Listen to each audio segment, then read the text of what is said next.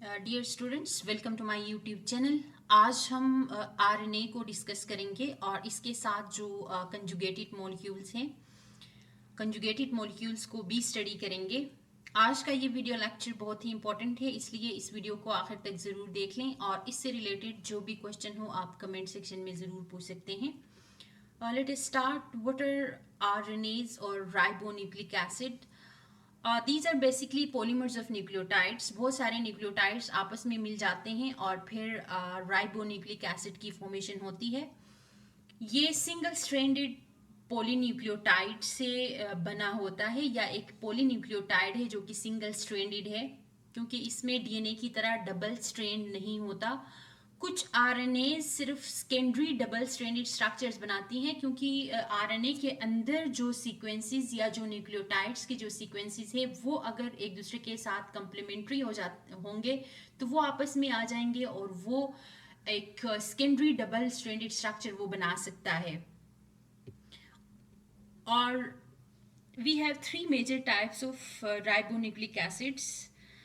एक हमारे पास है मैसेंजर आरएनए जिसको कहते हैं, दूसरा हमारे पास राइबोसोमल आरएनए है और तीसरा हमारे पास ट्रांसफर आरएनए है। What is messenger RNA? Messenger RNA जिसके पास मैसेज होता है किसी स्पेसिफिक प्रोटीन के लिए या किसी स्पेसिफिक प्रोडक्ट की सिंथेसिस के लिए, उसको हम मैसेंजर आरएनए कहते हैं। It is single stranded variable length इसकी होती है, क्योंकि ये डिपेंड करता है कि किस साइज का प्रोटीन ये बना रहा है। वो टोटली डिपेंड करेगा उस प्रोटीन के साइज के ऊपर। अगर लार्ज प्रोटीन है तो ऑब्वियसली इसके अंदर मैसेंजर आरएनए का जो लेंथ होगा वो बड़ा होगा, और अगर छोटा प्रोटीन है तो उसके अंदर मैसेंजर आरएनए का लेंथ कम हो सकता है।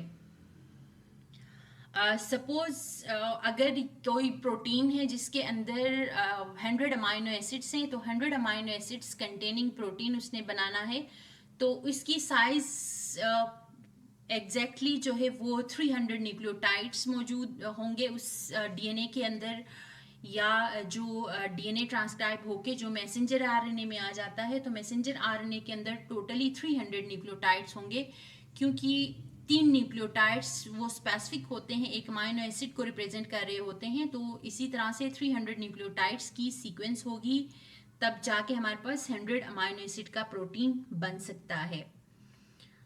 और इसी सीक्वेंस को हम कोडोन्स कहते हैं।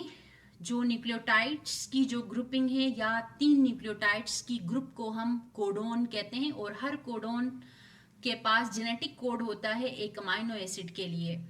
About 3 to 4% of total RNA in cell is messenger RNA. Total जितना भी आरएनए सेल के अंदर होता है उसमें से सिर्फ 3 to 4% जो है वो आरएनए मौजूद होता है। और इसकी sequence again it depends on sequence of DNA, कि डीएनए के अंदर जिस टाइप का भी सीक्वेंस है, जिस टाइप का भी इंफॉर्मेशन है, वही इंफॉर्मेशन ट्रांसक्राइब होकर मैसेंजर आरएनए में कन्वर्ट हो जाता है। तो वो मैसेंजर आरएनए के अंदर जो आरएनए की सीक्वेंस है वो टोटली डिपेंड करेगा डीएनए की सीक्वेंस के ऊपर, कि किस टाइप का प्रोटीन ये बना रहा है, उसके अंदर कौन कौन से एमाइनो एसिड्स के लिए इंफॉर्मेशन मौजूद है, ये उसके ऊपर डिपेंड कर रहा होता है। और यही इंफॉर्मेशन फिर मैसेंजर आरएनए से फिर आगे मूव कर जाता है through the process of translation, वो प्रोटीन्स में कन्वर्ट हो जाता है। Second type is ribosomal RNA. Ribosomal RNA के अंदर आरएनए भी होता है और प्रोटीन्स भी होते हैं। इन दोनों की कम्बिनेशन को हम राइबोसोमल आरएनए कहते हैं। अब राइबोसोमल आरएनए बहुत सारे जीन्स इनको ट्रांसक्राइब कर देते हैं, या डीएनए जो काफ़ी ज़्यादा क्रोमोसोम्स के अंदर इसका डीएनए मौजूद होता है जो कि राइबोसोमल आरएनए को इनकोड करता है। और ये फिर पैकिंग इनकी होती है, ये प्रोटीन आरएनए के आरएनए के साथ जो है प्रोटीन की पैकिंग होगी प्रॉपर तरीके से। एज रिजल्ट फिर आरएनए की राइबोसोमल आरएनए की सिंथेसिस होती है।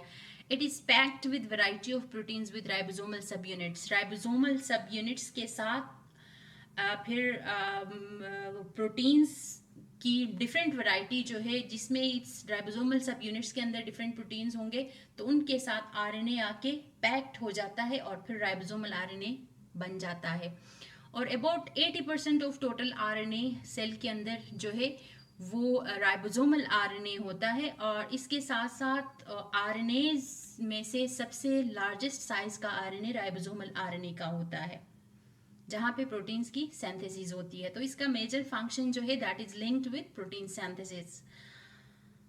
It is platform of protein synthesis, जहाँ पे प्रोटीन्स की सिंथेसिस हो रही होती है। And third type is transfer RNA. Transfer RNA एक स्मॉलेस्ट आरएनए होता है जो कि जस्ट 75 to 90 न्यूक्लियोटाइड्स में मौजूद होते हैं, और इसकी भी स्ट्रक्चर ऑब्वियसली सिंगल स्ट्रैंडेड होती है, लेकिन फिर कुछ पोजीशंस पे ये फिर डुप्लेक्स अपीयरेंस भी ये दे देता है, कि जहाँ पे अगेन वही बात है कि जहाँ पे कॉम्प्लीमेंट्री सीक्वेंसेस सामने आ जाते हैं वहाँ पे ये डबल स्ट्रैंडेड स्ट्रक्चर भी दे सकता है, क्योंकि वो उसके अंदर जो नाइट्रोजन बेसिस है वो हाइड्रोजन बॉन्ड डेवलप करेंगे, तो वहाँ पे डबल स्ट्रैंड स्ट्रक्चर डेवलप हो जाता है। It shows clover leaf shape, और इसमें 5 प्राइम एंड और 3 प्राइम एंड जो है वहाँ पे 5 प्राइम एंड पे ग्वानिन मौजूद होता है, और जबकि ACC की सीक्वेंस मौजूद होती है 3 प्राइम एंड पे, और इसके 3 लूप्स होते हैं। मिडिल लूप के पास 7 बेसिस मौजूद होंगे, जो कि उस रीजन के अंदर, उस लूप के अंदर 7 बेसिस मौजूद होंगे जो कि एंटीकोडोन भी बनाता है। Here we can see in this diagram, देखें ये थीटा लूप है, ये डी लूप है। ये वाला हिस्सा जो है यहाँ पे टोटली 7 बेस पेयर्स होते हैं, उनमें से सेंटर के जो 3 बेस पेयर्स हैं इनको हम एंटीकोडोन कहते हैं, और ये एंटीकोडोन के अंदर न्यूक्लियोटाइड्स की सीक्वेंस होती है which is totally complementary to that of messenger RNA, और मैसेंजर आरएनए के अंदर जो न्यूक्लियोटाइड की सीक्वेंस है उसको हम कोडोन बोलते हैं। तो इस कोडोन का कंप्लीमेंट्री सीक्वेंस ट्रांसफर आरएनए के पास होता है, जो कि एंटीकोडोन रीजन होगा ये वाला, और यहाँ पे 7 बेस पेयर्स होते हैं। उसके साथ साथ यहाँ पे एक डी लूप होता है। D loop basically it in recognises the activation enzymes. तो इस प्रोटीन सिंथेसिस के दौरान जो एंजाइम्स यूज होते हैं उनकी एक्टिवेशन को ये रिकॉग्नाइज करता है। बेसिक रोल इसका रिकॉग्निशन ऑफ एंजाइम्स है। और थीटा लूप हमारे पास है, ये स्पेसिफिक प्लेस प्रोवाइड करता है जहाँ पे राइबोसोम्स के साथ ये ट्रांसफर आरएनए जाके बाइंड होके प्रोटीन की सिंथेसिस करता है। And here in this 3 prime and, यहाँ पे 3 प्राइम एंड पे एक्चुअली अमाइनो एसिड लोड हो जाती है, या फिर 3 प्राइम एंड के साथ अमाइनो एसिड की बाइंडिंग होती है, जहाँ पे ACC का सीक्वेंस होता है, और दूसरा जो एंड होता है ये 5 प्राइम एंड है, ये वाला हिस्सा इसका 5 प्राइम एंड है। ये देखें, ये हाइड्रोजन बॉन्ड यहाँ पे डेवलप हो गया है, ये कंप्लीमेंट्री सीक्वेंस है, ये दूसरा कंप्लीमेंट्री सीक्वेंस है। यहाँ पे भी देखें कंप्लीमेंट्री सीक्वेंसेस के बीच में हाइड्रोजन बॉन्ड डेवलप होने की वजह से ये फिर डबल हेलिकल लूप ये इसने बनाया है। यहाँ पे भी डबल हेलिकल स्ट्रक्चर बनाया है, ये भी डबल हेलिकल सेकेंडरी स्ट्रक्चर्स इन्होंने बनाया है। तो ऑल्दो ये सिंगल स्ट्रैंडेड होता है, लेकिन कुछ कुछ पोजीशंस पे जहाँ पे कंप्लीमेंट्री सीक्वेंसेस सामने आ जाते हैं वहाँ पे ये सेकेंडरी डबल स्ट्रैंडेड स्ट्रक्चर्स भी बनाते हैं। और ये वाला जो एंड है यहाँ पे अमाइनो एसिड लोड हो जाता है, यहाँ पे ल्यूसीन अमाइनो एसिड देखें, for example leucine amino acid जो है इसके ऊपर लोड हो चुका है, ये जो 3 प्राइम एंड है।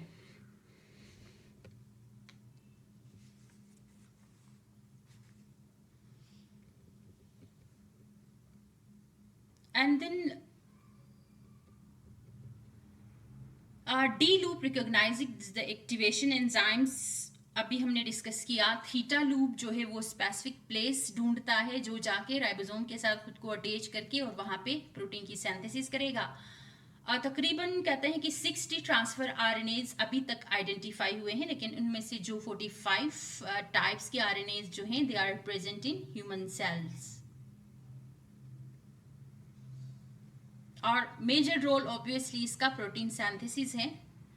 And then we have conjugated molecules. If molecules joined by other kind of molecule, इनको हम conjugated molecule कहते हैं। एक मॉलिक्यूल जो है वो किसी दूसरे टाइप के मॉलिक्यूल के साथ अगर बाइंड हो जाता है, फॉर एग्जांपल ग्लाइकोलिपिड्स हैं, ग्लाइकोप्रोटीन्स है। ग्लाइकोलिपिड्स के अंदर कार्बोहाइड्रेट का एक पार्ट होता है, उसके साथ लिपिड का पार्ट होगा। ग्लाइकोप्रोटीन्स के अंदर प्रोटीन का पार्ट होगा, उसके साथ कार्बोहाइड्रेट का पार्ट होगा। लिपोप्रोटीन्स के अंदर लिपिड और प्रोटीन दोनों के पार्ट्स होते हैं और आपके पास न्यूक्लियोप्रोटीन्स हैं।